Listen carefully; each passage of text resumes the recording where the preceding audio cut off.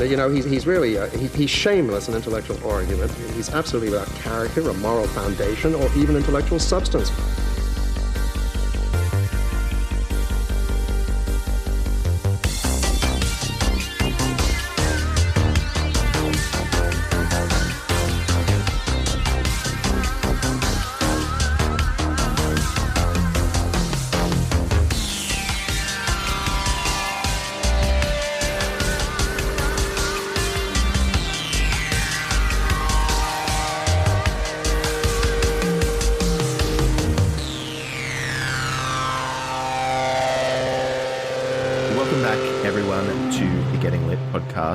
Last week, we spoke about Camille Paglia's Glittering Images. We also had a bonus episode on Star Wars, which was fun. This week, we are being painfully Australian, and we are looking at In Fright. And that is the book was by Kenneth Cook, and we've just covered that over at the Book Club from Hell. This episode is part 2, where we're going to be discussing the movie by Ted Kochev. And joining us is one half of Book Club from Hell, Mr. Jack BC. Welcome, Jack. Thanks for having me. I watched so few films, and so it was really, really good to be just like have a reason to watch the In Fright movie because it was so good. Yeah, it was such a good movie. And such a great adaptation, perfectly paired with the book. I don't have really any notes. You know, when you read a book and you're like, oh, the book's better, because the book usually is better because there's so much more detail. This is like possibly the best adaptation of anything I've ever seen, like because it just gets the book so well and just renders it into cinematic language. But before we talk about that, go over to Book Club from Hell. I'll link that in the show notes for the first part where we'll be discussing the book. The book is really great, and I really recommend it to Australians and non-Australians to really get what this country is all about in a really darkly comedic, kind of horrific way. So this is part 2 where we'll be discussing the movie. Before we do that, though, I just wanted to, I just have to say I'm a big fan of Book Club from Hell. I've been listening to it a lot past couple of months. I think I found it via Kevin Kautzman and Art of Darkness. I think you were on an episode of theirs. And I just love your guys' dynamic. So Levi is the other host, and I always feel sorry for Levi because I feel like you're forcing him to read all of these terrible texts. Like it's like some kind of sadomasochistic relationship you have or something where, you know, you're making him read the Transmaxing Manifesto, or the bug chasing one was a fun one too. Like, so the premise of your book club, at least initially, the Book Club from Hell, is that you read really, really terrible works. Yeah. So how did this come about? Why did you choose this kind of premise in particular, and how did you convince Levi to join you in this endeavor? So it was during like almost all these podcasts, like the constellation of podcasts, like Getting Lit, Book Club from Hell, Rare Candy, Art of Darkness, and so on. Like they all just started during the pandemic or around then as a way for friends to keep in contact with each other, and that's basically how Book Club from Hell started. And in terms of the premise of just reading books that are either terrible or just have a bizarre worldview, because we read stuff by like Julius Evola, and you know, say what you like Fresta would know all about that. Yeah. Oh yeah, I read a lot of Evola. Say what you like about his books, like the guy wasn't stupid, and the titles go hard. Yeah, the titles are probably the best bits of the books. They're remarkable works of autism about sex magic or particular applications of yoga to fascist movements. It's surprisingly light on the fascism. I started reading Evola because I was like, well, what even is fascism? And I was like, had these names like Spengler and Evola, which I guess I don't think either of them are really fascist or anything. But, no. Well, Evola did support the Mussolini regime, but whatever. That's a whole other long story. Yeah. But yeah, I remember reading like Revolt Against the Modern World. Yeah, like hard title for sure. But like then you're just like, what the fuck? He's just like going on about like ancient gods and things like that. Yeah. He's just talking about Titanic black magic and the sinking of Atlantis. Yeah. It's difficult to read. I don't know if it's just like the translation, but he just writes in this like way too rigorous kind of way where it's like there are other people who are just like a lot more accessible to read that about that stuff. And everyone's got a critique of Evola. Like any serious thinker in the esoteric thing is always like kind of denigrates him, like they think he gets things wrong or whatever. But like, I don't know, it's an interesting starting place. Yeah. But anyway, I'm more saying it's like we read books, some books that we know are just terrible, some books that are actually well put together, but just have a completely alien worldview, like Evola. And we talk about them, and part of the point is that we don't just talk shit about the books. Like we meaningfully try to get what Spengler, for example, is on about. Or with bug chasing. It's like try to understand why people are going out and trying to get HIV. Or having sex with HIV positive people for the rush. And I think Levi finds it harder than I do. I get strangely energized by these books, whereas I think Levi just gets worn out, which is part of our dynamic. Which means at the moment, like I'm looking for people who will come on and do episodes with me, because I've just got more stamina for this stupid shit than Levi does. Now, if anyone's listening and they want to come on and talk about Miguel Serrano or some bizarre communist, just let me know and I'll have you on. I'll read some bullshit. Hey, like yeah, I'm down. Yeah. Perfect. He'll read anything. He'll literally, like, yeah. I'll take you up on that. Yeah. But yeah, I love that dynamic, and I love that dynamic as well. Very early on when I started this podcast, that was part of the appeal to me as well. I love subjecting people to stuff. Like, and I think it's just, you just have to have the personality type. Like one of my favorite episodes I've ever done, was with, Zach Langley Chi-Chi from I'm So Popular, which is a great podcast if you haven't listened to it, where I paired Larry Kramer's Faggots, which is like this, it's so overwritten and it's so big and it's all about like gay life in the 70s. And there's lots of disgusting sex scenes. It's kind of funny sometimes, but also mostly depressing. And then I paired it with like, this show called Finding Prince Charming, which was like The Gay Bachelor, and it was really funny because one, it was like all like West Hollywood gays, so they were all like plastic fantastic, all tits, teeth, and tan, but the drama of it wasn't what you would expect if you know gay men, which is like, oh, why aren't all of the suitors like fucking each other behind because that's what would happen. Honestly, it probably did happen, but they didn't lean into that in the reality show, and they should have.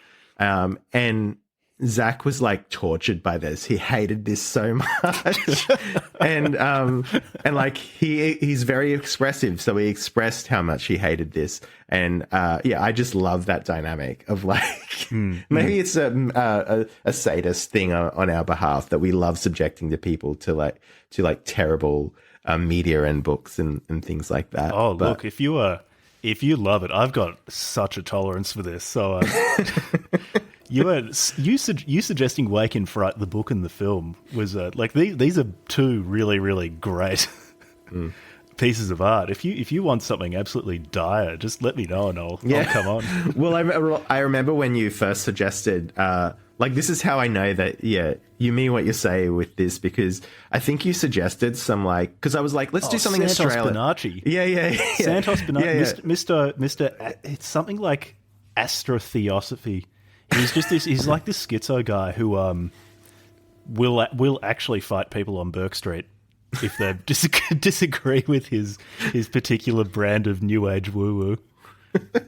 Yeah, like, and because I was looking for something Australian, because we're both the preeminent Australian book podcast, I would say. Yeah, we are Pretty the funny if it's avant-garde. true. Yeah. Yeah, we're the avant-garde. And the only ones that people outside of Australia listen to, I should say. But anyway, and I was like, oh, let's do something Australian. And yeah, you suggested that guy. And I was like, this schizo guy in the mall who I've probably seen and just sort of not clocked. Yeah. But I just love that about like the inner city of Melbourne is that you'll get schizos like that. And then, you know, like Free Palestine non-binaries, and then like some Chinese guy countertenor singing Britney Spears. Like it's amazing. I love it. But so then we settled on Wake in Fright as the book because very Australian book, and I've always wanted to do it on the show. We did the book on your show, but we're doing the film on this show. And I think I wanted to do that because, yeah, it's Australian. It's kind of fucked up, and we both like kind of fucked up stuff. Mm-hmm. Your show is more about really fucked up stuff, though. And yeah, I don't know. I find it interesting, but I also am probably very sympathetic to Levi in that I just don't know how you do it. Like, I just like the transmaxing thing was very confronting for me because I found that like really sad, and I feel terrible. I feel very bad for those guys who, because they're like incels that decided that you transition to a woman to have a better life, basically, is what they do. And I've always said to incels, and this is easy for me to say as a gay man, but I just be gay. Like, it's just easier. Well, they do gay maxing as well, but if gay maxing doesn't work, you can trans max. Yeah, it seems way more extreme. It was like you said on the episode, it's like they didn't take any like intermediary steps. They didn't like try to work out or something. Like, no, let's just become like chicks. Yeah. Yeah. That was a fascinating episode, though. I learned a lot, I feel. Yeah. I learned a lot too, which is that there are people who are more online than me. That's what I learned from that episode. Yeah. There's always someone who makes your particular social media addiction seem really tame. And so yeah, it came out of the pandemic, and you had known each other previously, and you wanted to kind of spend time. Been really close friends for years. Like, he was one of the best men at my wedding. Aww. So one of the things that I love about it as well is that's part of the dynamic. Yeah. I love that you guys have clearly come, like, you don't need to dox yourself or whatever if you don't want to, but like clearly you guys come from more STEM backgrounds. Would I be correct in saying that? Yeah. And so the way you approach this is very funny. Like, you know, like I think it would be a different show if you were both coming out of like sociology or cultural studies or something like that. You'd be more, I don't know, accepting or something of these weird behaviors. But I love that you have this kind of flabbergasted attitude to like transmaxing and things like that, which is great. It really works for the show. So I think the STEM backgrounds mostly come out when we see graphs with unlabeled axes, or when people will do maths in their books and just like completely fuck it up. It's like the number of times in these books people have divided things by zero and said it. Divided by zero and said it equals infinity, and it's just like set us both off. Yeah, I did part of an engineering degree, so I can like follow at least a little bit of that. Yeah. I loved the episode on the feminist glaciers, which was really funny. Also because I actually know one of the authors. Yeah. I wouldn't say we're friends or anything, but just like we have mutual friends and stuff. It was, I think the only male author on that. He was a nice guy, but I remember seeing that and just being like, what the fuck are you doing? You're like a historian. Like, do like serious work. Yeah, that was a great episode, and that's when I clocked the STEM stuff, because you were like really going into the nitty gritty of like their methods and how they came to these conclusions and stuff. And yeah, we're more on the State of Fear, Michael Crichton side over here, aren't we, Fresta? Which is a great book. Yeah. Like I said, I did part of an engineering degree, but I wasn't cut out for the full thing. You know, I had to accept my limits at some point. But yeah, book But like Book listening Club to your from show Hell. too, I was listening to the Democracy, the God That Failed one. Oh, sorry, I think we're talking over each other. It's lagging. Yeah, there's a bit of lag. I was just gonna Yeah, say, the Democracy God That Failed episode with Gabe. Shout out to Tukey's Mag. Yeah, well, that's just really like, because I read that book years ago, so it was like I just like listened to it out of nostalgia, just as a reminder. And when I hear you guys like summing it up, because I was like, yeah, what is the like main premise of that book really?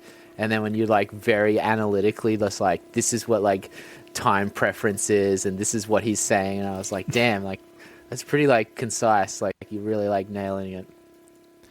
The fun thing about that book is that and this is why I find a lot of those Austrian economists or Austrian economics adjacent people pretty fun to read, is because they'll have like a handful of things that they just say, well, these are just true, these are just our premises. Yeah. And then they take them and just push them to the extreme, just push them as far as they will go. Popper's the best of them. Like I read Yeah. bit of Rothbard and Mises. Rothbard I really hated. Like, not that I disagreed with his stuff, but I just found like the way he wrote was just really unenjoyable to read. And every time I'd start one of his books, like I tried reading Man, Economy, and State, and that was brutal. And I was like, fuck this. Like, he just kept going on about like marginal utility for hundreds of pages. I was like, I get the concept. Let's move on.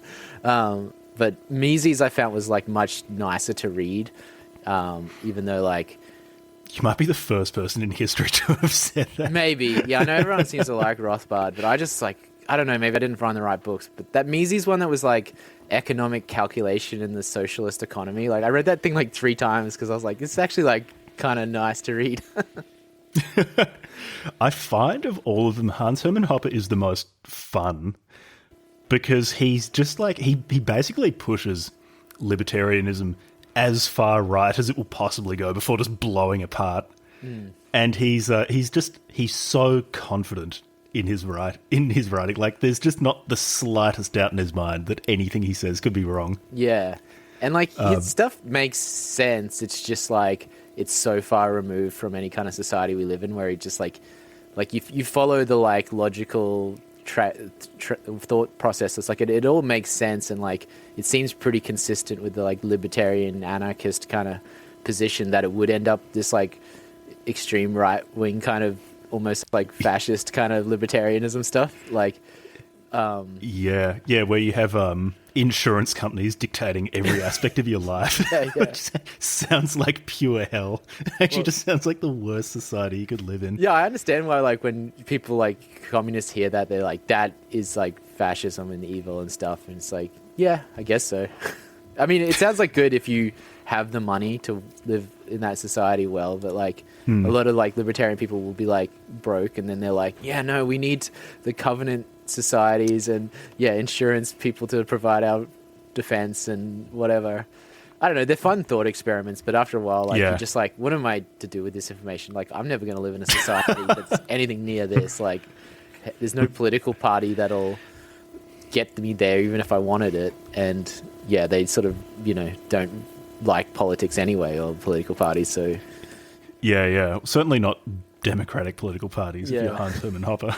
But, yeah, here's the best... I mean, I guess that's what podcasting's for. I mean, that's the use case for reading. Yeah. Austrian economics is instead of applying it to the real world, you can just talk about it online. Yeah, for sure.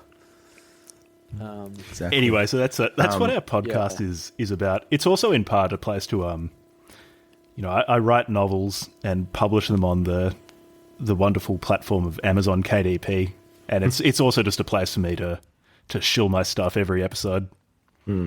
Yeah, I haven't read it yet, but I do plan to read it, and I've heard great things from people I respect. So we'll have to. Thanks. We'll have to get you on for an episode on that too. Actually, Yeah, that'd be great. So Tower by Jack BC. Yeah, Yeah. I'm feeling people are wanting to read what is widely considered to be the greatest novel ever written. Yeah, I'll get a copy for sure. Yeah, I've heard comparisons to Ballard from some people, that's a nice comparison. Yeah, I do love Ballard. I think I read him too much last year, and I'm still a bit burned out on him. But I'm sure I'll come back to Ballard pretty soon. It's a Crash and the Atrocity Exhibition are just unreal how good they are. Yeah. And so, your book is Tower, correct? Or, yeah, that's it. And it is available on the Zon. Yeah. Yeah, awesome. On the Zon, I'll link ebook that as well. and paperback, depending on your preference. Amazing. And so, it's great to have you on, and we had a great discussion on Wake in Fright, the novel, and we're talking about the movie now, which the movie was recently rediscovered because it was lost for a very long time. So there were copies of the negative that existed for like TV broadcast and stuff like that, but they had gradually degraded, and there was never a copy in like the Film and Sound Archive, which is like a famous archive in Australia.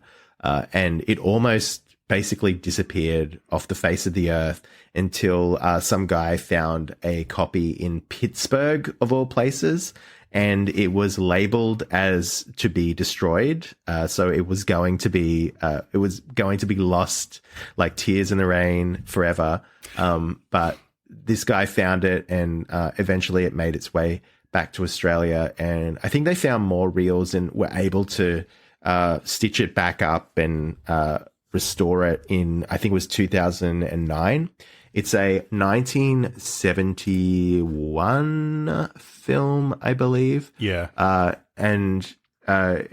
So it was directed by like all the best Australian films, it's directed by a foreigner. But actually, no, there are some good Australian films that are directed by Australians. But Ted Kochev, who is a Canadian director, he directed the first Rambo film, which is pretty cool. I don't know if you guys knew that, but and a couple of other. Yeah, it's great. And it stars as the main character, John Grant, a sort of little-known English actor by the name of Gary Bond. And it's also got Chips Rafferty, who's a famous sort of Australian actor of the 40s and 50s, and also in the best performance of the film, Donald Pleasance as Doc Titan. So good. He's so menacing. So unsettling. Yeah, so unsettling, like, because he's sort of like avuncular, but also like, very menacing. But we'll get to that. So the film basically follows the plot of the book fairly closely.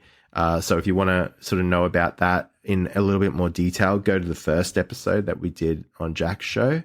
But essentially, just to rehash it, the main character, John Grant, he's a bonded teacher, which means that he has to do his time out in the west of New South Wales in a little schoolhouse, and he finds his way to Bundan Yabba, or as the locals call it, the Yabba, where he is going to sort of then travel on to Sydney. And he's got this dream of like getting back to the coast where he belongs, because he doesn't like the people, the land, the lifestyle out west.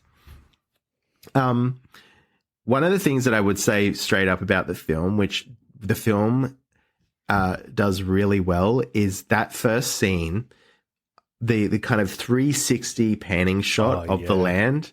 It's just like, that is so like that landscape is unmistakably Australian. Like you can just you just clock it when you see it.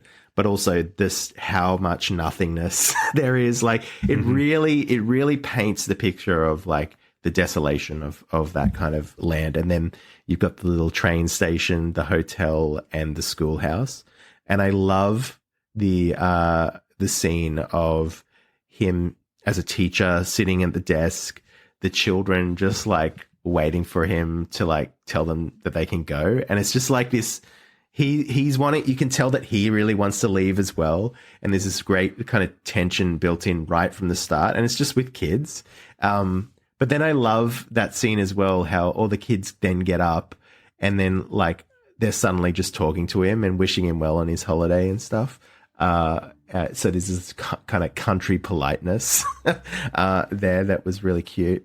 But yeah, the film, I will say this about the film, that it is so dusty and sweaty.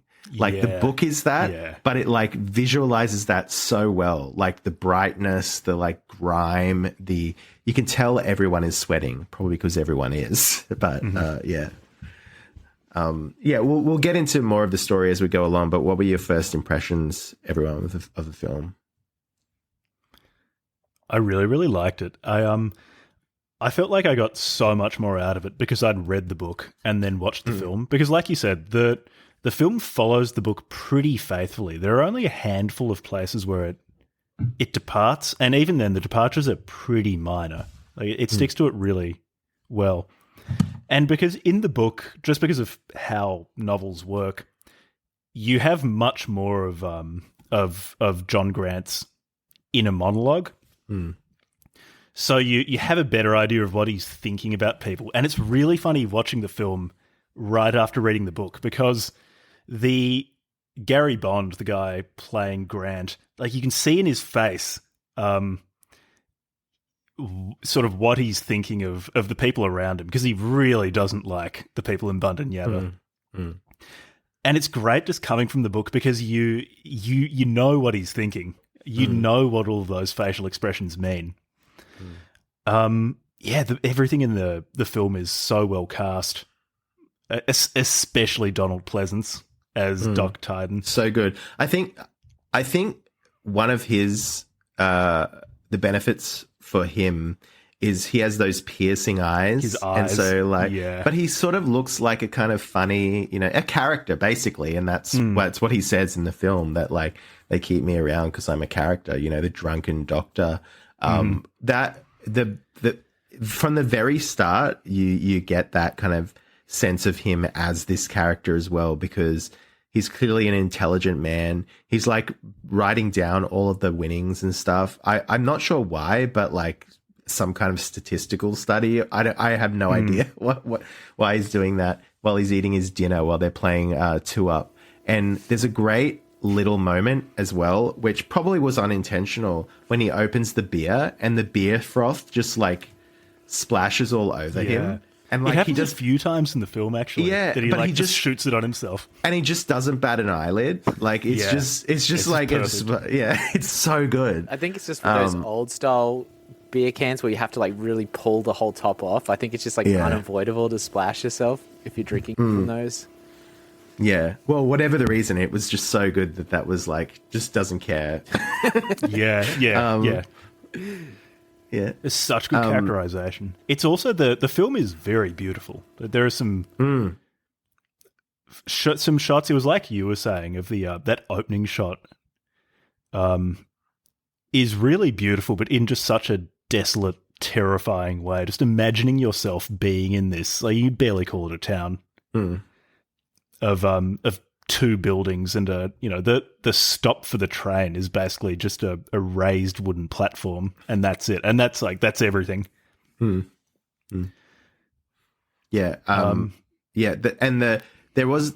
is a beauty to it, like, because there's this sort of hue of gold, like that. It looks pretty. It's like a golden land, but it's also like but it's also like just so desolate. There's nothing else except this railway line, and that's the only connection to the outside world. No one in this town seems to have cars either, because it's just like the kids, and the train is clearly servicing the entire town. It just shows the like remoteness of it.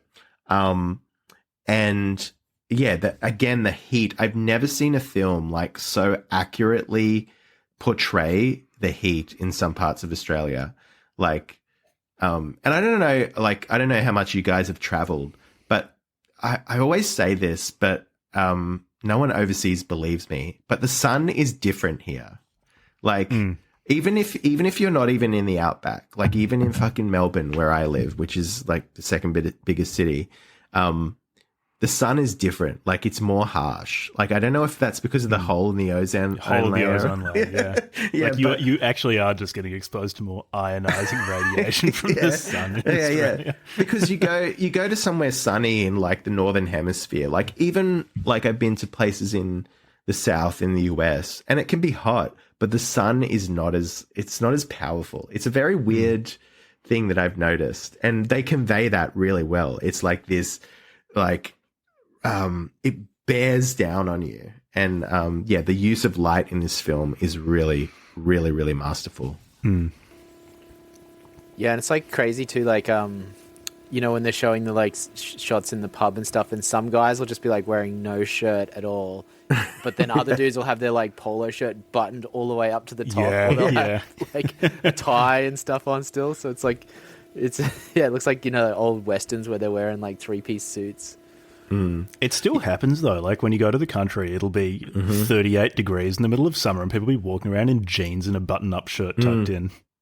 There's all sorts of like interesting dynamics there in terms of class and generations as well. Like guy well dressed versus working class guy in the mine from the mines who's just fucking hot, so takes his shirt off. That kind of terrible democratic ideal in Australia, just kind of visualized in the pub. And the pub scenes and the drinking, like I couldn't think of a more perfect, like I saw the film before I read the book, but now that I've read the book, like you said, Jack, there's so much more you take out of it because now that you're familiar with the source material.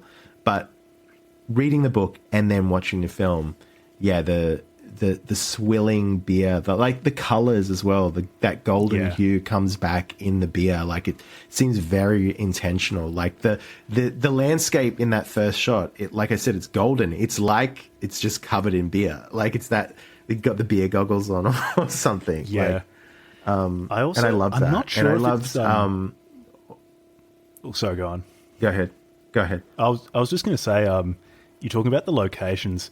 In the film, there's a scene in an RSL club, a proud Australian institution, and I'm not sure if in the book it's in an RSL club or not. And it's like Ted Kochev picked a bunch of things like that are just so Australian. I just didn't even think of them. Or like how there's that scene in the film where at the RSL club everyone stands up and salutes the Anzacs. Yeah, they do. Which is like, it's just the sort of thing where I think as an Australian, because it's so normal, like just like constantly talking about Anzacs, it goes straight over your head.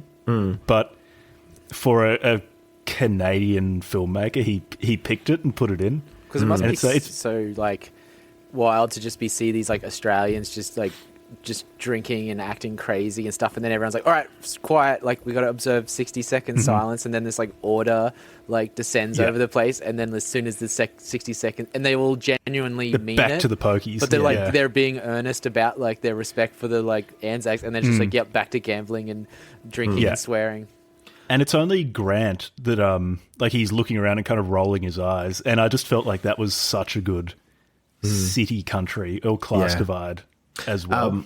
For listeners as well, we have a lot of non-Australian listeners. So Anzacs are basically Australian, New Zealand as well. That's why it's Anzac. So Australian New Zealand Army Corps, I think it stands for.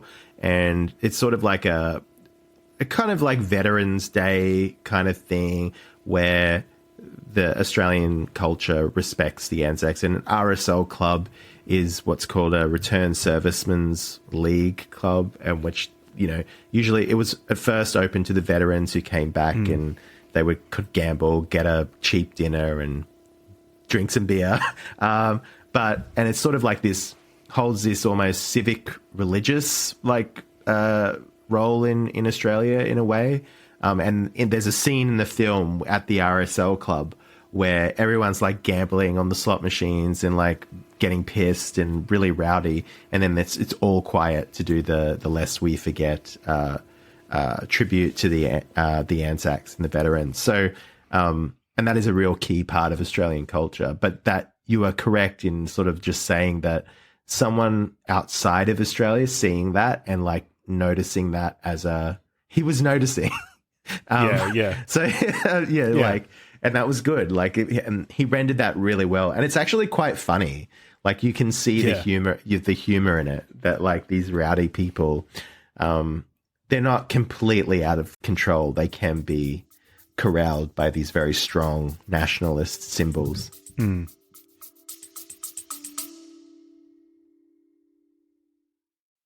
Hi there, listeners. Sorry to interrupt. We really appreciate you listening to us, but if you'd like to hear more from us, you should check out our Patreon. Go to patreon.com/gettinglit and gain access to our exclusive bonus content, including Back Matter, a special after show where we chat a little bit more informally with our guests, usually about a film or something else related to the main episode. For just $5, you get access to these bonus episodes, as well as the full archive of every episode we've ever done. For more details and to get the most out of your Getting Lit podcast experience, go to patreon.com/gettinglit. Thanks for listening. Okay, back to the show.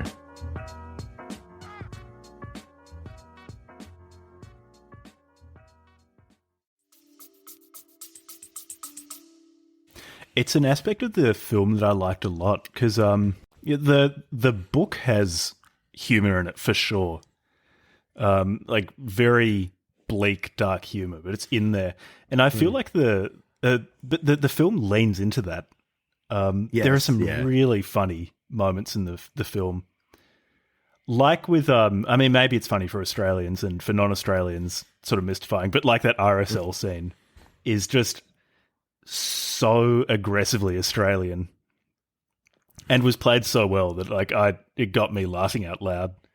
There are so many character moments as well that are just so spot on in their observations of Australian behaviour. I heard something that I thought really came across in the film, that Ted Kochev, when he interacted with Australian culture, because I don't think he was familiar with Australia before making this film, the thing he was struck by, particularly in the country, is the way Australian men related to each other was this combination of just like of quite aggressive masculinity and with like these homoerotic undertones, like people really leaning really close into each other's faces and like constantly rubbing each other and taking their shirts off together. And like there's a line in the film that wasn't in the book where they're complaining that Grant had rather talk to a woman when he's talking to Jeanette rather than drink beer with us. It's like all these things like that he said it felt like just really gay. Well, it's like the scene where like Joe and Dick or whatever are just like wrestling and stuff. It's like that scene in Women in Love, like where they're naked wrestling. Yeah, and I think there's definitely an element of that, and it's present in the book, but it was emphasized in the film, and it really adds a lot, and it feels authentic. It feels Australian. Yeah, that's one of the things I remember my dad always saying, because my dad grew up in the country and then sort of like left that behind when he joined the army. But he always, well, the army's kind of homoerotic as well, but he always like complained about that because he wasn't a big beer drinker, and he was just, oh, they're always like doing manly things together, and it's like very gay, and so he was coming from a very homophobic place because my dad used to be homophobic.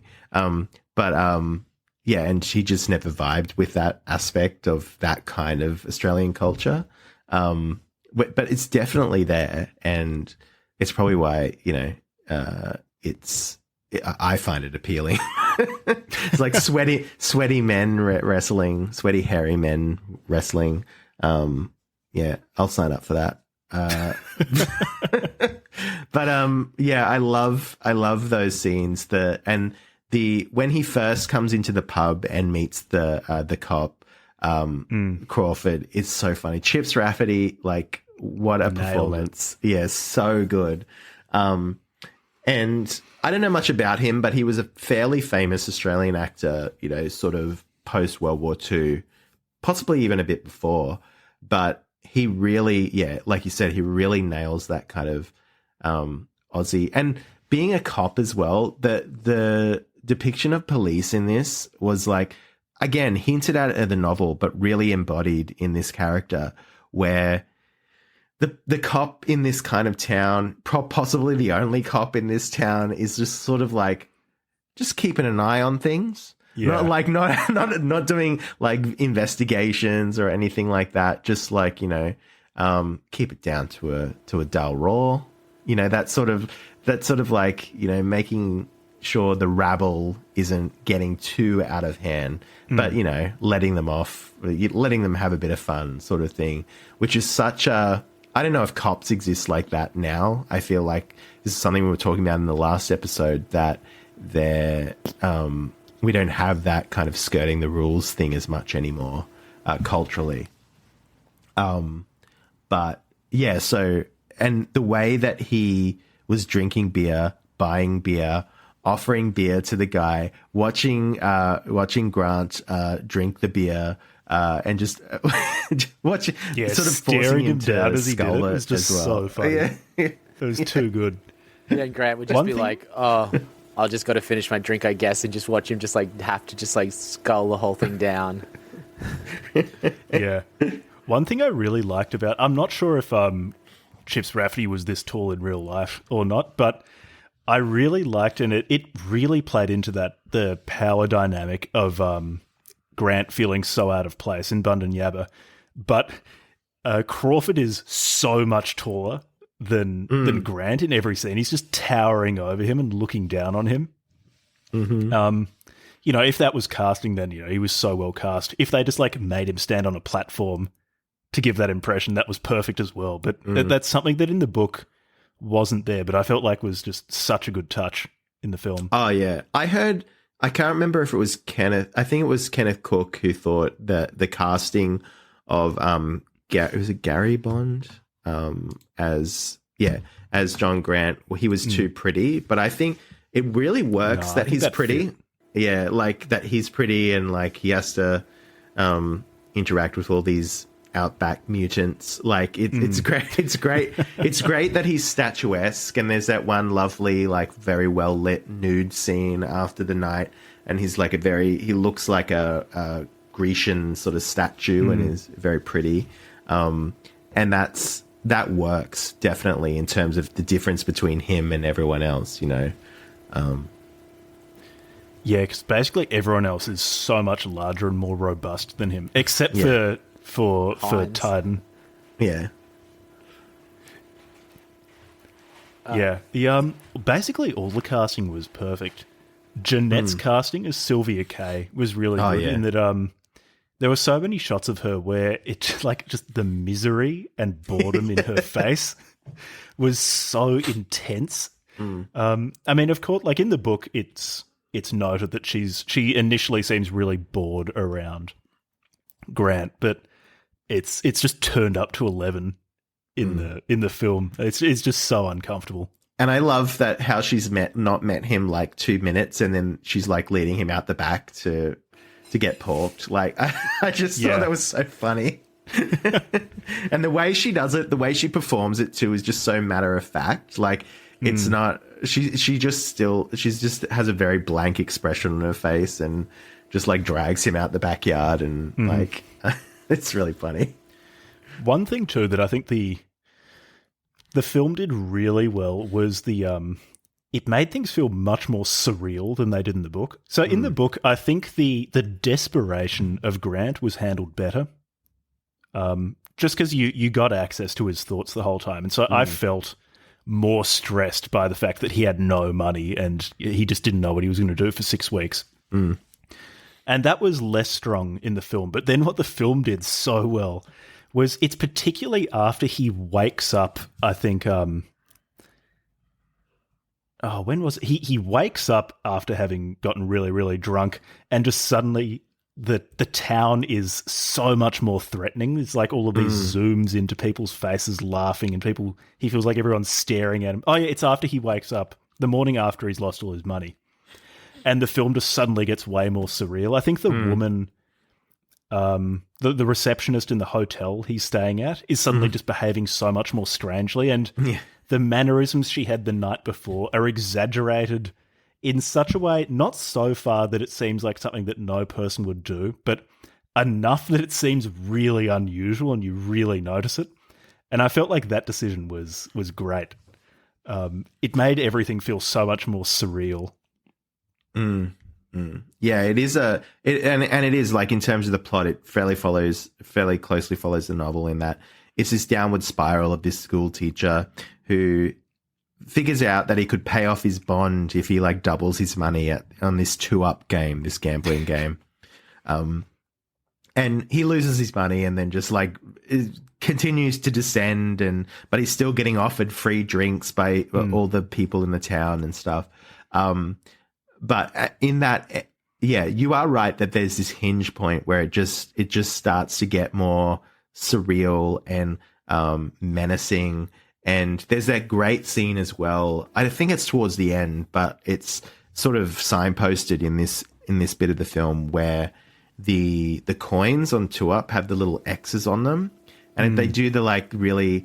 And I never made this connection before, but the 2 coins thing being like a ferryman reference, like, and then there's an image that's a realist image of the coins flipping up onto Doc Titan's eyes, and like he's a walking corpse sort of thing in hell, like the idea that he's in hell or Hades or whatever. Like I love that. I love those like little connections that are very 70s. It's done in a very 70s way, but I still love it. It's great.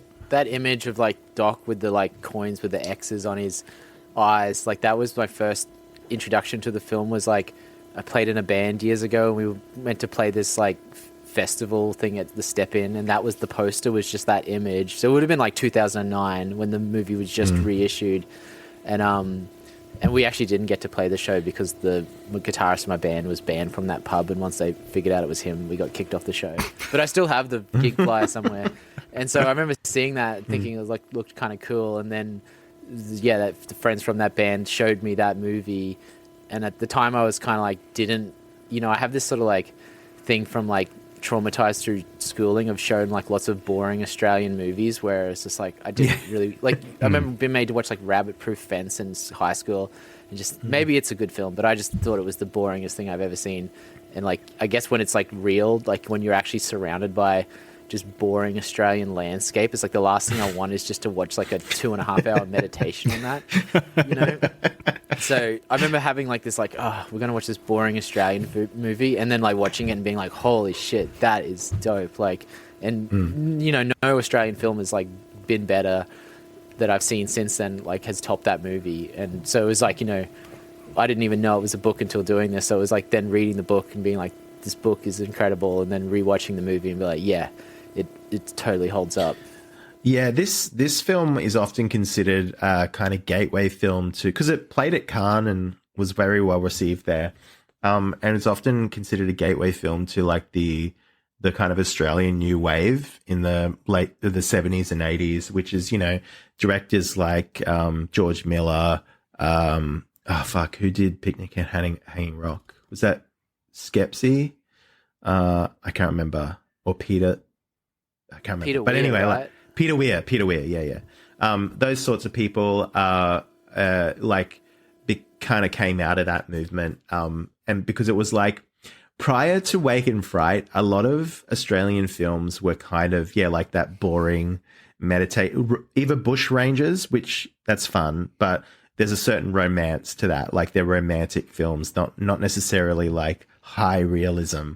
So many like Ned Kelly films, Ned Kelly being like the most famous bushranger, kind of outlaw people in the bush for foreigners. In fact, the first feature film ever was made in Australia, and it was about Ned Kelly. So a little factoid there. The Kelly Gang or something like that? Yeah.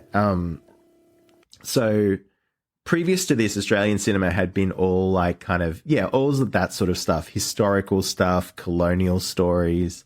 But this one was probably one of the first that sort of depicted, then contemporary Australia in a very, I would say, accurate, non-romantic way, but also not sensationalist either, I don't think. I mean, the kangaroo hunt is kind of spectacular in a morbid way, but I wouldn't say sensationalist.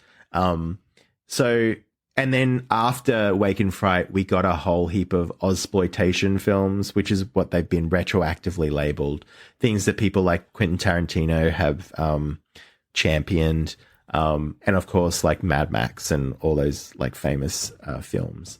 But yeah, Wake in Fright was part of that movement, but then was just lost for like 30 years or so, more actually. So it's kind of been revived and retroactively kind of grandfathered in as an Australian classic, but it is still very, I don't know if it's considered a classic in the same way as some other films, which I think a lot of Australians, they're when they do like Australian films, it's usually the lighter stuff, like, you know, people like The Castle and things like Muriel's that, you know, or Wedding. Muriel's Wedding. Yeah. But this one is something that is just it's not as ever present in the Australian imagination, but I think it should be because it clocks us so well. Yeah. Apparently it didn't do that well commercially, at least initially, because at least Australian audiences felt it was an unfair depiction of Australians. It was too direct. I just feel like there are so many things that are spot on in this film. I think the other thing too that hurt it was people thought the kangaroo hunt was too cruel. Because like there's footage of kangaroos getting shot, and apparently it was done by, I don't know, professional hunters or something. And apparently while filming, like they were getting drunker and drunker as they were doing it, like started missing their shots and just winging kangaroos. Yeah, and like kangaroos with like entrails, like lamely hopping away and not dead and stuff like that, because the guys that they got, the professional hunters, which just pissed out of their minds. They were like fucking pissed, and which again just speaks to exactly Pretty what Australian. the movie is sort of talking about, and the book. And there were all this, and eventually, apparently, the crew had to engineer a power failure with the spotlight in order to get the hunters to stop hunting. Like, that's how bad it got, because they were like, "Oh no, we'll be right, mate. We can still go." You know, like just still like, and they're like witnessing this massacre, and the crew was just like, "We need to fucking stop this somehow," you know. And that's what they did. So the actors didn't actually shoot the ruse. It was like professional hunters who were. To be honest, it probably would have been less cruel if the actors actually did it. Because the actors wouldn't have been drunk. It is pretty brutal. Like there'd be bits where it's like the kangaroo just like gets spotlighted and staring, and then it's just like, and you see like blood actually explode from its like just shoulder. gets its head blown off. It's really, really gross. It's really gross. It really fits the movie as well, and like we're just. I mean, I'm sort of unsympathetic to people saying, well, you shouldn't have that in a film because it's disgusting. When I mean, we eat, like most people will eat meat, myself included. It's like for your gustatory entertainment, you're perfectly happy having a bunch of animals die, but for visual entertainment, like that's the wrong sort of entertainment for animal cruelty. Oh, and I'm sure we've all eaten kangaroo too. Yeah. It is a bit gamey, but it's not. I don't find it as gamey as deer. So kangaroo is good. It's just hard to cook because it's so lean. It's really easy to make it dry. Yeah, it works Just better in like mince or something. If it's just like kangaroo burgers, that's fine. Yeah, kangaroo steaks, they're okay, but yeah, I'd still just much prefer beef. Yeah, and I'm not good enough at cooking them to make kangaroo steaks any good. There's so many of them. Like, there's so many kangaroos, so that like, I think there is like one species that is like possibly endangered, but most, your most common variety of kangaroos are just very, very common. Like, they're just everywhere. And so there's always been this like push to try to get people to eat them so we can cull the numbers a bit. But like, people just don't eat it. Like, it's just, like you said, the meat is too lean. Like, so you can't do much with it. It's probably better for you than more fatty meat, but well, apparently the testicles are the best part. Yeah, that's true. Yeah. Yeah, that's part of the Doc Titan, the malevolent drunken doctor. He says that the testicles are the best part, and he eats them. And so like this grotesque aspect of him that kind of shows up kind of later in the film is really like, and he lives in this disgusting fucking shack. Yeah. Like, oh, So gross. It's like a outhouse that has just been like next to one of the renovated. Yeah. And he trims his mustache with his like medical scissors and Yeah. stuff. Yeah. I did like in the film actually. One of the places where the film departs from the book is that when Grant wakes up, having tried to shoot him. Well, I mean, he has shot himself, but he didn't kill himself.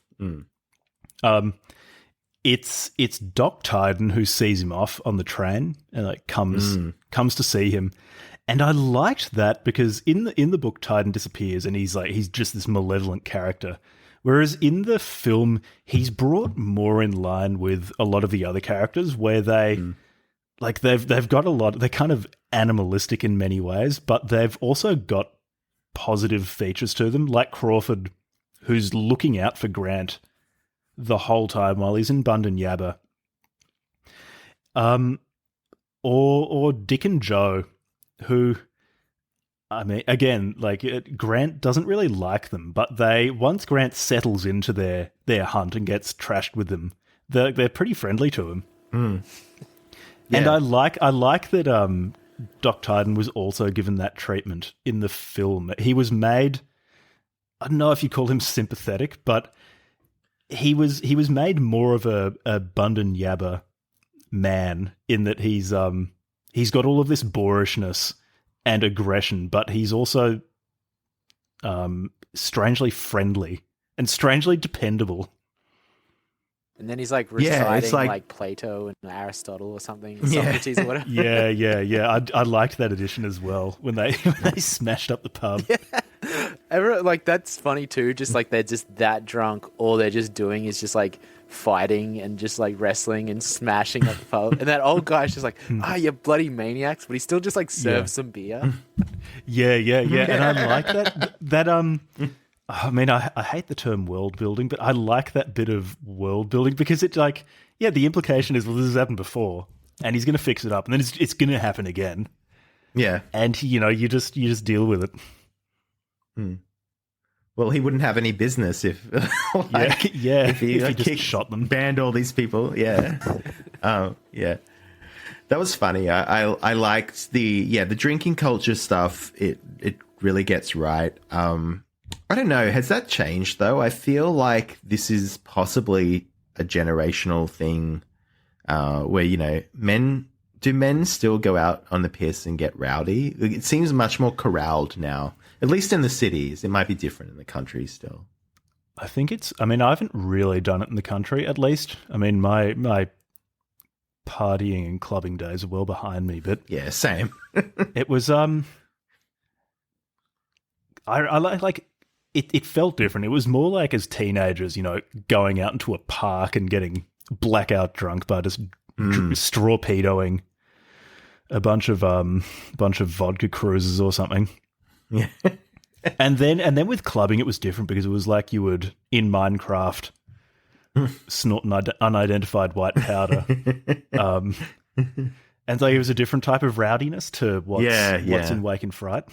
Well, that's interesting that you mention, going out into parks as a teenager, because it's almost like that is the vibe of like the actual adult men in these places, that they're going out to, cause some trouble or whatever. It's very Arrested Development. Like they've probably been doing this since they were like 14, and they just continued to do it, and that is very true about the country. At least when I've been living in the city for the past fucking, I don't know, like 15 years or so. So I don't know how much it's changed in the regions, but I would assume that that's sort of the trajectory, that like you start this kind of behavior when you're a teenager and just continue it into adulthood and middle age. Yeah, I don't think city pubs would be allowing of that at all anymore, because they're very much like, you'll get denied. Like they get their license taken away too. Yeah, you'll get denied service at the bar at the very minimum if you even appear too drunk. Like if you open your wallet and all your cards fall out, they'll be like, that's it. You're cut off. And then if you're like a smart ass to the bouncer, or if you do like anything, like I remember just like joking around and like fell off a chair, or my friend pushed me off a chair and then I got kicked out of the bar for being pushed off the chair. Like, And I'm like, but you're not even kicking him out. So like, but they just have like a quota of how many people they have to kick it. So there's just, you're not going to get that. Maybe in rural pubs where you know the owner or something like that. Or if you just drink, at your mate's property or something, I'm sure they, alcohol will make you get silly and start like wrestling and getting like smashing bottles and stuff like that. So I'm sure it still happens. Like that's like a universal thing, I think. But just it's not going to happen in pubs anymore. Who amongst At us? least in the city, it's so regulated. They'll get fined to shit and get their license taken away if they're serving alcohol to people who are intoxicated. Yeah, I don't think that. I mean, that's very much part of the Australian nanny state. Yeah, but I was just saying before, like, who amongst us hasn't done the whole Bundan-Yabba thing? And gotten sexually molested by a malevolent doctor. It's a key part. It's a rite of passage. Becoming a man in Australia. Yeah. It's so good that it's the doc because like in the book he like hates the doc and he is the most disgusting one. Like if it happened with like Joe or Dick or whatever, like at least they're kind of like good looking dudes or whatever, but like like with the doc there's like he's like proudly bald, furry little animal, gross and slimy and lives in just shit. Like and that slop that he serves him up in the morning when he wakes up. Oh, looks like the dog kangaroo so testicle grill. Yeah. Oh, and then he like puts the tomato sauce in it and mixes it around. Oh, that made me gag so much. Like, because it looked undercooked as well. That was so good. Like the filth with which he lives, like, is so good. And then I don't know if this, I can't remember if this was in the book or not, but Doc Titan's whole like, MO being like, oh, I don't have a job, I don't have money, I don't need it, I get drinks when I need them, I get food as like, and just like existing like that was in itself kind of horrifying as well.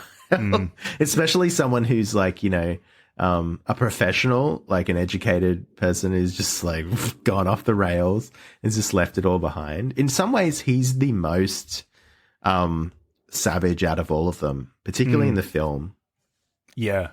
I feel like in the film, maybe the most changes or the most additions were done with Doc Titan, because there's that it's just a tiny bit, but it just characterized him so well. It's at when they're all getting drunk at Heinz's house, they've got the doctor like doing a headstand and drinking a beer like that, and he's explaining how peristalsis of the esophagus is how the beer is getting into his stomach. And it's like I feel like Titan, more than any other character, just had a few little things like that put in to really flesh his character out. I think he's the biggest improvement in the film over the book. Like an already great character was made even better. Yeah, totally. And even just like because they introduce him earlier in the film, like he's sitting at that the diner or the 2 Up school, and he's like, all the little devils are proud of their hell. Like I don't think that's in the book at all, but like that's just. Again, it comes back to that like catabasis thing, it's just like it is this descent through the underworld. But yeah, he gets like top billing in the movie too. Like, you'd think like Gary Bond, he's the main character. Like you'd think he just like would top bill, but like it's like, Donald Pleasance is like the first actor like named at the credits at the end. Because and like everyone, I see that image so much, like with the coins on his eyes, like you see that as just like people's avatars on Twitter and stuff all the time. Like it's just such like a great like iconic like image, it just really sums it up. Yeah, one thing I liked too in the film versus the book is at the end. I don't know his name. He might not even be named. The person who owns the pub where what's it called? The Timbunda pub guy. That guy. When Grant gets back, he in the film, like he sees Grant and says, "You can have your room back. How do you like your holiday?" And in the film, he starts smiling to himself as if he knows what happens in Bundan. He's heard what Grant got up to. And I really, really like that bit. Again, it was just like it's a little thing that was added in that's just doing so much heavy lifting.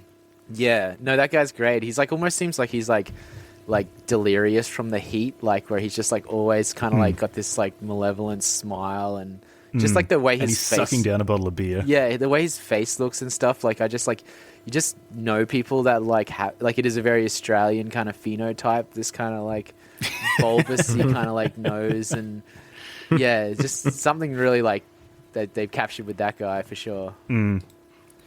Yeah, I mean, the ending in the film's not fundamentally different from in the book, but I preferred it just like with that moment, with the Doctor seeing Grant off from the train station, and they didn't. Like, obviously Grant resents the Doctor, but he didn't seem to really hate him, or he at least was willing to deal with him. Yeah. And I like how the film ended more than the book. I agree, yeah. It works better. And because in the like book, like it's not even as explicit that he like had sex with the doc. It's just like, you know, he just like keeps having this memory he just is like won't let his mind refer back to. Yeah. He's just like, no, not going there at all. Like, and it's more terrifying. Whereas in the book or in the movie, like you get the feeling he's like, fair go. Like, yeah, he was initially really bothered by it. But by the end of it, he's like, oh. Yeah, because you know in the like 2-Up scene, they're all like fair go. Like it's like the rules, like they have to say fair go before like once the betting's done. I like that too. Yeah, the betting scene's so good too because I really like how when he comes back and he's ready to bet, they just show how heightened his awareness is by just zooming in on people's faces, laughing, and like. All of those shots that that show that Grant thinks everyone's looking at him, but like they're probably not. That was so well done. Yeah, like you're being watched. It was funny because we mentioned the homoerotic stuff before. The way they were eyeing him when he first comes into the bar, the pub. Yeah, everyone's staring at him. It's like a scene from Cruising. Like, it's almost like they're eye-fucking him or something.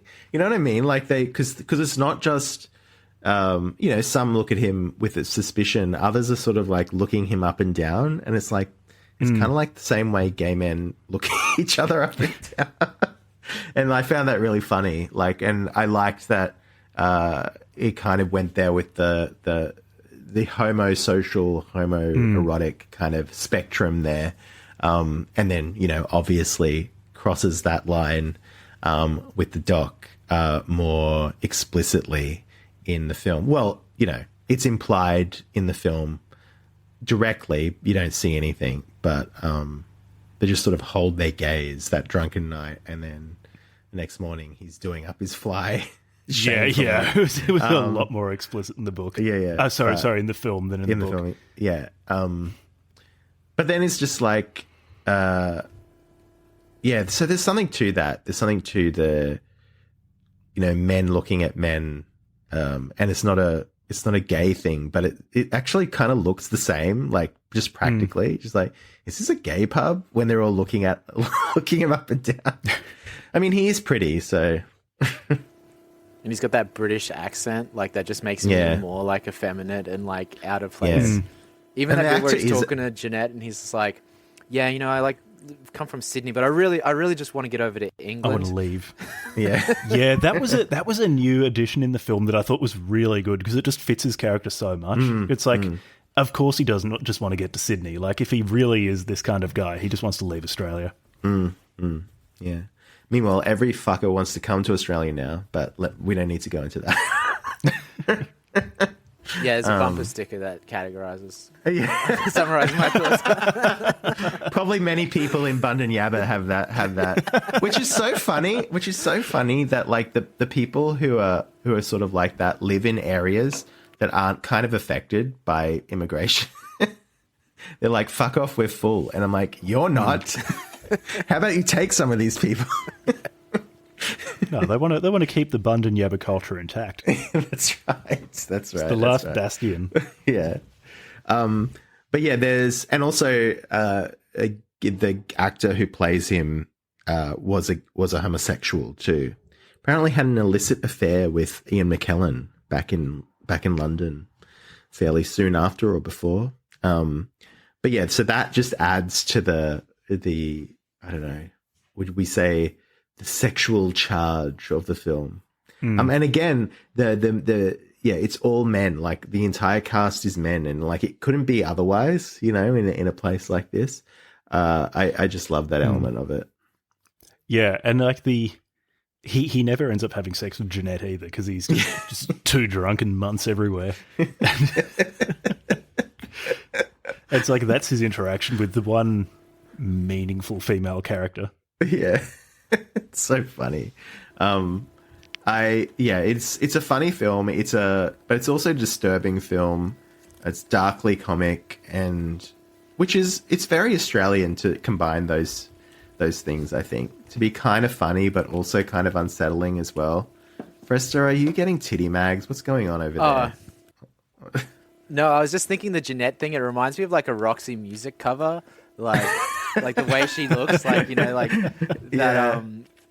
Like that kind of very specifically like 70s look that some chicks have, just the way she lays down on the like ground and just like starts opening up her dress and stuff. It's I was just like thinking of that Roxy Music cover. Yeah, like the book, the film is kind of timeless, but it's also the film is very 70s though, particularly the music, like the haunting 70s music, like it's just very that type of thing you see in a lot of other 70s movies, which I kind of like. And the women too. The women are the few women that are in the film are like very 70s. Yeah, that chick at the hotel receptionist chick where she's like just rubbing the water all over her body and it gets like even more like erotic as she keeps going. And then that voice she has where she's like, it's up the stairs and to the left, like it's like that seems like a very like 70s Melbourne way to talk or something. Like you don't meet people that sound like that anymore. I'm not sure if Australian accents really were that different in the 70s to now, or whether it is just because like most of the cast were not actually Australian and they were putting on Australian accents. I felt like it really worked for Grant, like him, because it just sounds like he has a received pronunciation kind of accent, a really, really posh accent. It was kind of funny hearing some of the... And actually, Doc Tyden, it works well for as well. Hearing some of the Bundan Yabba locals have like kind of English-sounding accents was a little bit jarring. Yeah, well, the Hines character had the Irish lilt. Yeah, I don't know that if he was well actually done. Irish. Or, Yeah. But he had the twang though, the Yabba twang, that was really well done. It's such a great film, and like it's really underappreciated. I think it's like possibly it's one of the best Australian films, if not the best. I mean, I like Mad Max too much that I don't know. I don't know if which one wins, but same sort of thing, like when you think about it, like desolate landscapes, men having fun. Men being mad cunts. More leather in Mad Max. Yeah, that's true. Yeah. And I'm going to do a series on Mad Max at some point because I love those films so much. But yeah, were there any other thoughts on Wake in Fright that either of you had? It's actually, so I don't watch that many films, like let alone Australian films, but it does seem that depictions of Australia in film, or just any visual medium, really, really zoom in on this particular part of Australia. Yeah. It's like Mad Max looks like this. Yeah. Wake in Fright it's that really outback kind of look. Wolf Creek. And there's a lot of Australia that just doesn't look like that at all. It's like we've got tropical rainforests in the north that you just don't really see so much depicted when Australia comes up. It feels like there's basically... Australia is just basically Bundan Yabba when it pops up in popular culture. Every now and then it'll be a city, like it'll be Melbourne. But more often than not, it looks like Wake in Fright or Mad Max. Yeah. And maybe that's because for people outside of Australia, or even like plenty of Australians, it's exotic and it's visually arresting. Whereas something like I don't know, the Daintree is cool, but there are rainforests elsewhere in the world, whereas there's nothing quite like Broken Hill There are no cassowaries elsewhere in the world, though, so... That's true, yeah. They're fucking scary. I've seen one in real life. Yeah, venomous birds. Are they venomous? Are they venomous? I didn't know the helmet thing. I think they're actually venomous. Let me have a look.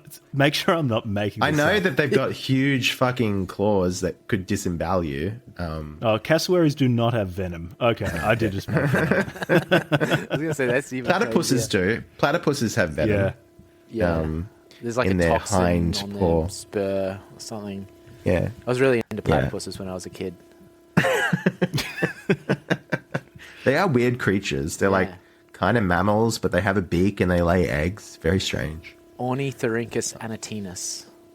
There you go. They're a monotreme, aren't they? Yes, because they're a mammal that lays eggs. As with there you go. echidnas. Are you loving this, Jack, that we're kind of leaning into the STEM stuff here? We hardly ever do this. Yeah, some Australiana.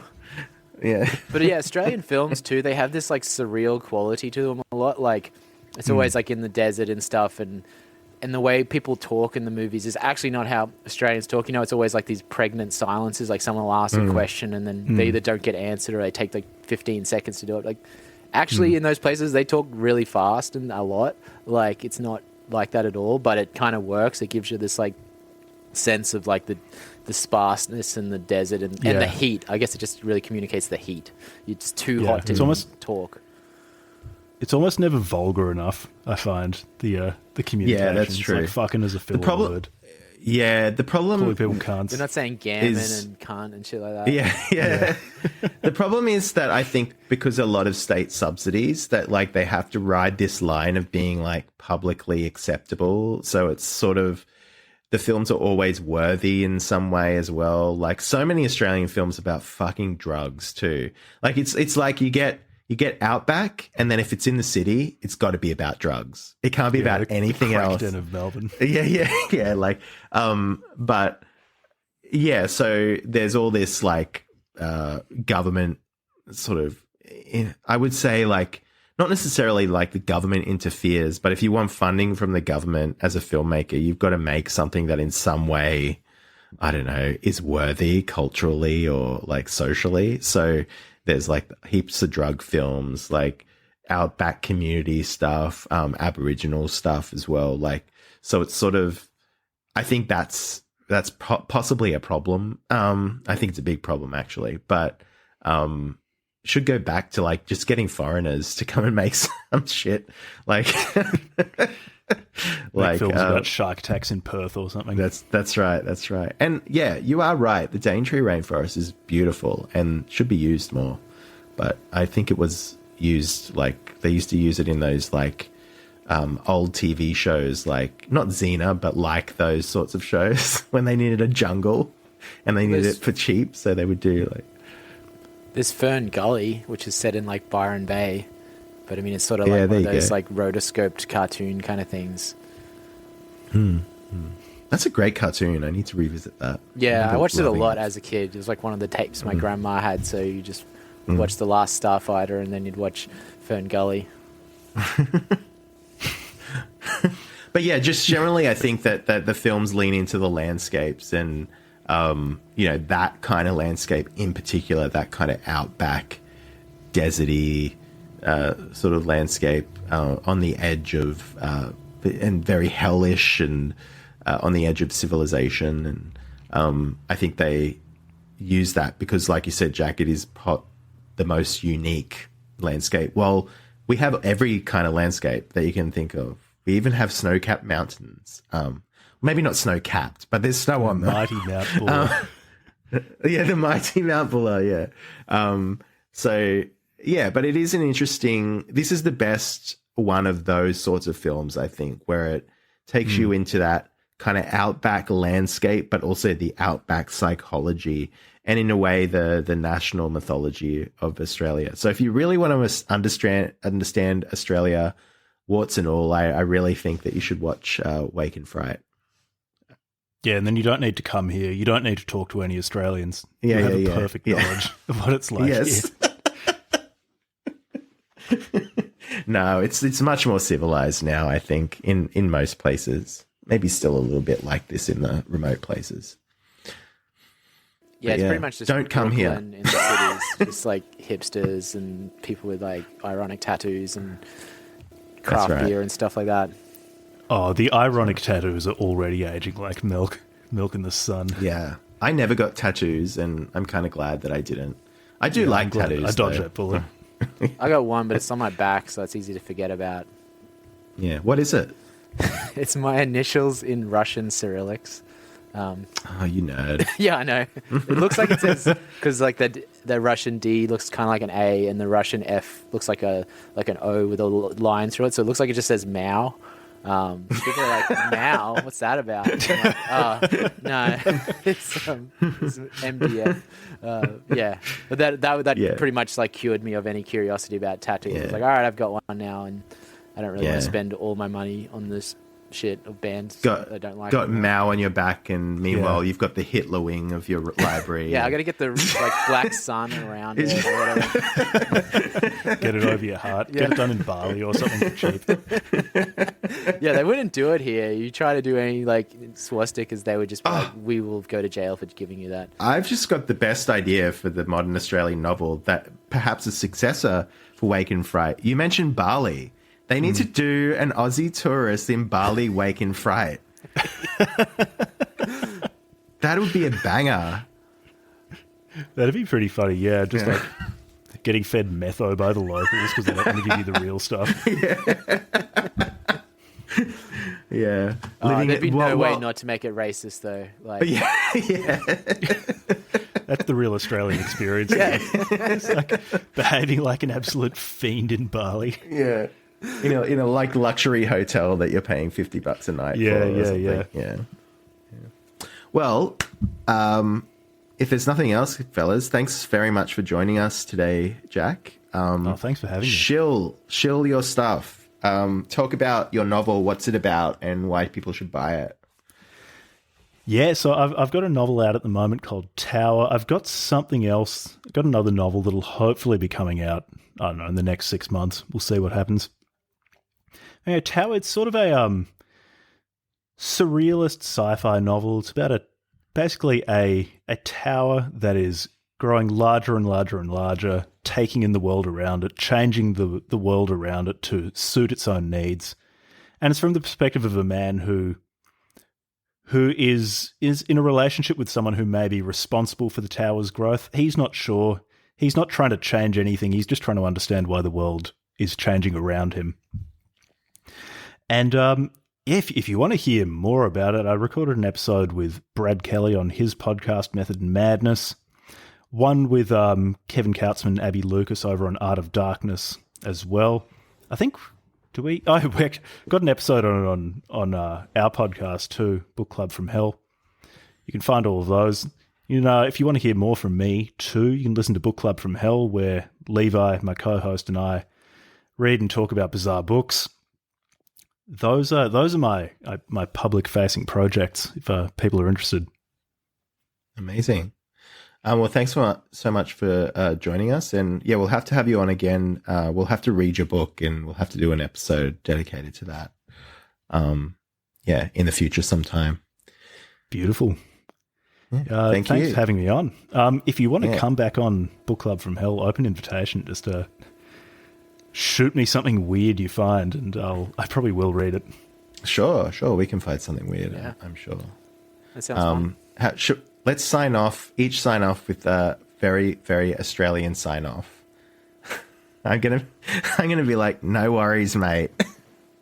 What do you got? What do you got, Fresta? Fair go. Get fucked, cunt. Nah, you're gammon, lad. You fucking gronk. All right,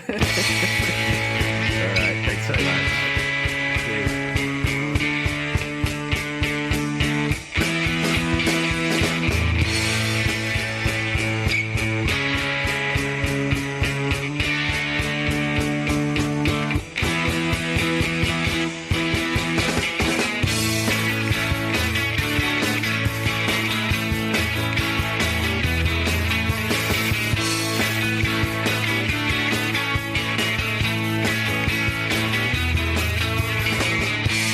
Now wait, you've been sort of being mean to me, and such a long time. I don't know what to do. I'm talking to my friends, and I figure I'm going to give you two options. The first one's when you just bend over and I kick your bottom. That's the one I'll take.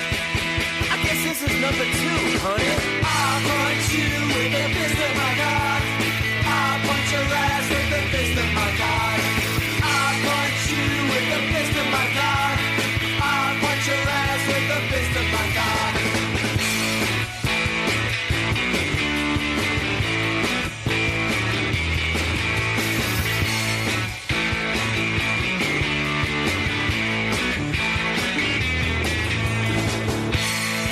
That's why I've traveled the world, I've met a lot of interesting people, and I've sort of observed along the way that every single person has their price. You know something else? I figure that you hippies are the fucking cheapest. Here's $2, asshole. Bend over! I'll punch you with the fist of my cock. I'll punch your ass with the fist of my cock. I'll punch you with the fist of my cock. I'll punch your ass with the fist of my cock.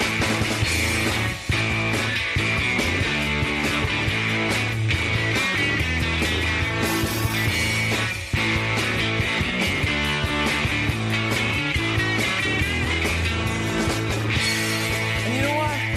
All you people meet us Aussie guys, and you think it's so easy going, and you know, g'day mate, how you going? Well, it's not always like that, because you know something? I am one intense motherfucker!